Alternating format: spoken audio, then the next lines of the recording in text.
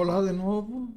Agora vamos falar em matrizes. Então, esse aqui é o terceiro vídeo da segunda semana. Esse é um vídeo mais curto para a gente falar essencialmente como fazer matrizes e dados organizados dessa forma no LaTeX. Tá? Então, o entorno que o LaTeX tem, LaTeX padrão mesmo tem para fazer matrizes, é esse entorno array, que ele leva um segundo argumento. Tá? Mas então, dentro de uma equação, eu posso colocar begin array, end array, e o que vai dentro é uma matriz. Veja que parece um pouquinho com o entorno aligned, que a gente já viu antes. Mas vamos falar primeiro desse argumento aqui. O que é esse argumento? Ele especifica como são as colunas da minha matriz ou da minha array. Um array, a tradução para português é arranjo. Então, ele diz como são as colunas do arranjo. Está dizendo que o arranjo aqui, ou a matriz, tem três colunas. Tá? É uma letra para cada coluna. E a letra indica qual o alinhamento da coluna. Então, por exemplo, essa primeira coluna tem alinhamento L de left, que é esquerdo. Então, a primeira coluna está alinhada à esquerda. Tá? Já a última coluna, que é R de right, ou seja, direita em inglês, está alinhada à direita. A coluna do meio eu coloquei alinhamento C de center, ou seja, central. Então está alinhada no centro dos textos. Tá? O mais comum quando a gente faz matriz é colocar tudo centralizado. Mas tem casos em que você quer fazer de forma diferente. Então aqui eu fiz de propósito com três alinhamentos diferentes para vocês verem como funciona.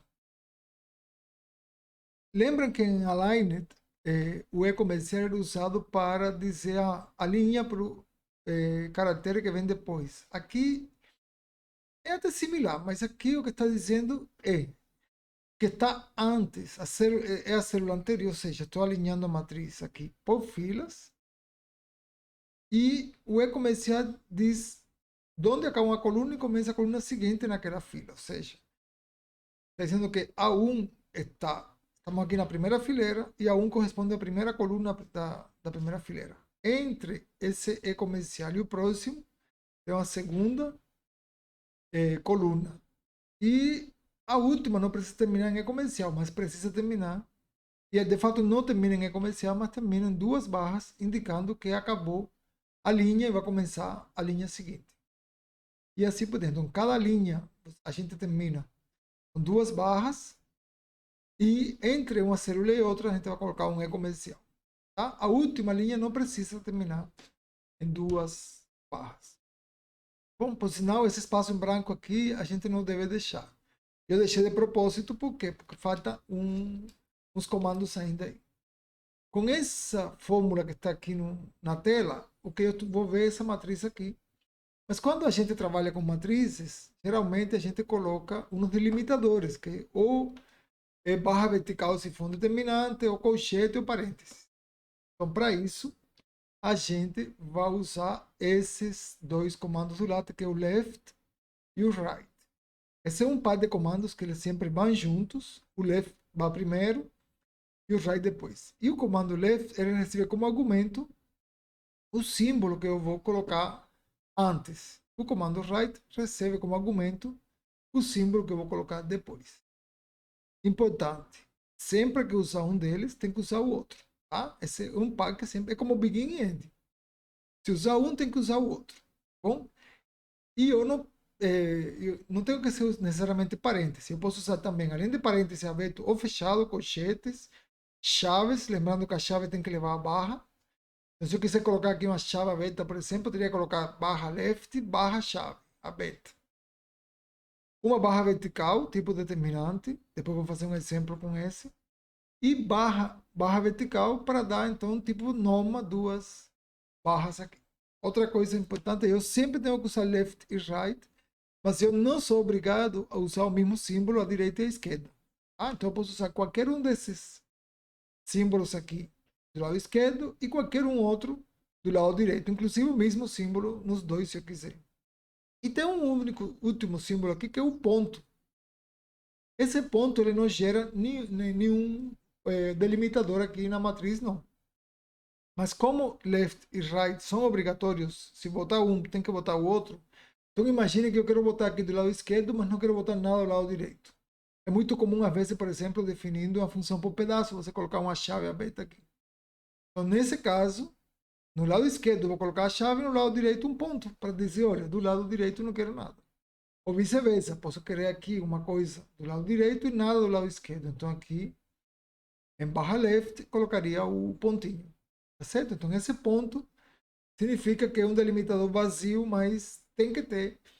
Se eu vou colocar só um, o outro tem que ter um ponto. Tá bom? É para isso que ele serve.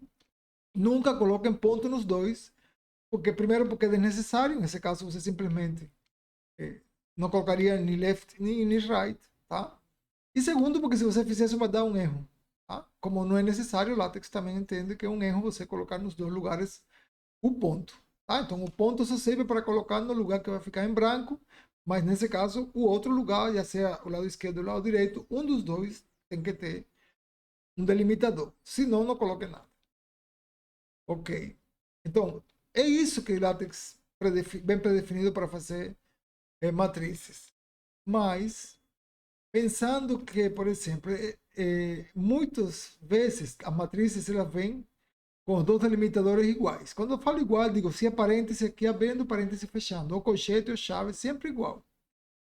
Tá? Outra coisa que é muito comum é que todas as colunas sejam centralizadas em matrizes.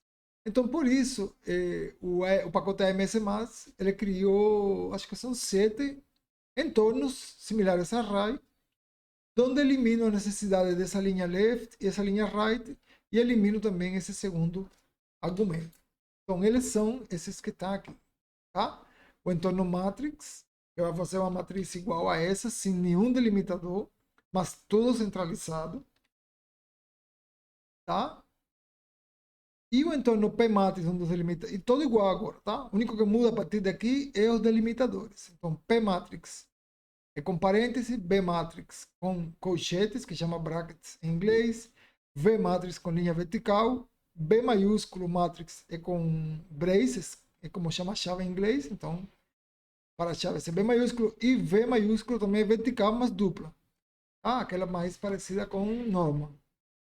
Certo? Então, tem uma coisa aqui. Se esse comando não está indicando o segundo argumento aqui com as colunas, como que ele sabe? Tudo bem, todas são centrais, mas quantas colunas são?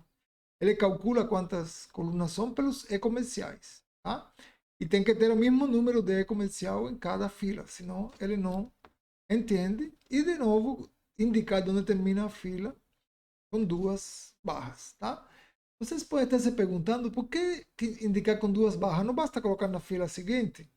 Bom, não basta. Às vezes o comando que eu vou colocar em uma célula é muito grande e aí eu quero espalhar uma fileira, uma fila da matriz por várias filas do arquivo fonte aqui. Tá? Ou são muito pequenas e eu quero colocar em uma linha só tudo. Eu posso colocar tudo isso que está aqui a continuação das duas barras. E não tem problema. Tá? Importante é dizer. Onde tem as duas barras, acabou a fileira. E o que vem depois começa a fileira seguinte e assim sucessivamente. Nesse exemplo aqui eu usei B-matrix, que usa colchete. Então por isso minha matriz saiu com colchete. Todo alinhado no centro. E é isso, não tem muita mais o que fazer. Vamos fazer só mais um exemplo aqui para terminar esse vídeo. É um exemplo de um determinante de uma matriz, mas é uma matriz que eu não sei quantas filas e quantas colunas tem. Então eu preciso usar os pontinhos para indicar isso. Então o que eu vou fazer? Eu vou ter aqui nessa terceira coluna da matriz, estou usando aqui uma V-matrix, portanto essa linha vertical, tipo determinante. E nessa terceira coluna, estou colocando C-dots que vocês já conhecem, para fazer pontinhos no centro da fila. Tá? Exceto essa célula aqui que corresponde com esses pontos na diagonal. E, portanto, o nome aqui é D-dots, de diagonal. E nas células dessa fila, todas, menos ela, né, que tem pontos diagonais, os pontos são verticais. E por isso usamos o comando V-dots. Então, além de L-dots e C-dots, também temos V-dots e D-dots.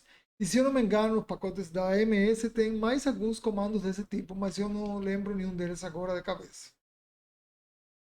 Tá bom? Fora isso, todo o resto é conhecido. Veja que aqui eu coloquei, não era necessário, mas coloquei as duas barras na última fileira. Isso não é nenhum problema. Antigamente não podia, mas agora pode, não atrapalha em nada. E só mais uma coisa aqui. Antes da matriz, eu coloquei determinante de A igual, certo?